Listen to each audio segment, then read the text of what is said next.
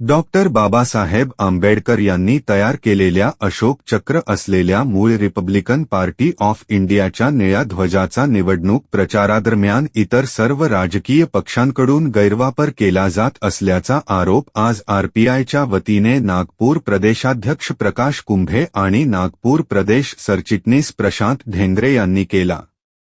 ते म्हणाले, हा रिपब्लिकन पार्टी ऑफ इंडियाचा अधिकृत ध्वज आहे आणि आगामी महानगरपालिका निवडणुकीत पक्षाच्या अधिकाऱ्यांच्या अधिकृत परवानगीशिवाय कोणत्याही पक्षाने किंवा व्यक्तीने ध्वजाचा गैरवापर केल्यास निवडणूक आचारसंहितेचे उल्लंघन केल्याबद्दल पक्ष दोषींवर कायदेशीर कारवाई करण्यात येईल। पक्षाचे नागपूर प्रदेशाध्यक्ष प्रकाश कुंभे, नागपूर प्रदेश सरचिटणीस प्रशांत ढेंगरे, शहराध्यक्ष रवींद्र सवैतुल, नागपूर शहर कार्याध्यक्ष क्षितिज गायकवाड, शहर महासचिव रजत महेश गवली यांनी मुख्य निवडणूक अधिकारी आणि महापालिका आयुक्तांना लिहिलेल्या पत्रात इशारा दिला आहे।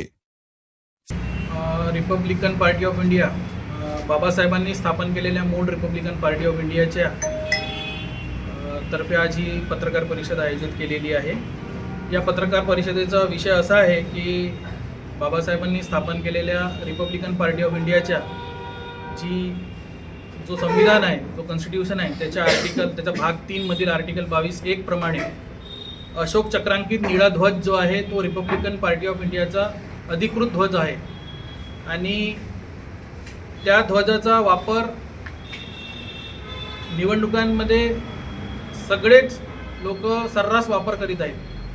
त्याचकरिता आम्ही एक आक्षेप असा नोंदविला आहे। आज आम्ही मुख्य निवडणूक अधिकारी महानगरपालिकेचे जे आहेत त्यांना आज एक निवेदन दिलं आहे की या महानगरपालिकेच्या निवडणुकांमध्ये रिपब्लिकन पार्टी ऑफ इंडियाचा जो ध्वज आहे तो आमची युती ज्याच्याशी होईल त्या पक्षाच्या व्यतिरिक्त कोणीही वापरू नये। जर कोणी आमच्या या ध्वजाचा गैरवापर करेल तर आदर्श आचारसंहितेचं उल्लंघन झालं असं आम्ही गृहीत धरू आणि त्याच्यावर कायदेशीर कारवाई करू, असं या आज निवेदनामध्ये आम्ही आज मुख्य निवडणूक अधिकारी यांना सांगितलेलं आहे।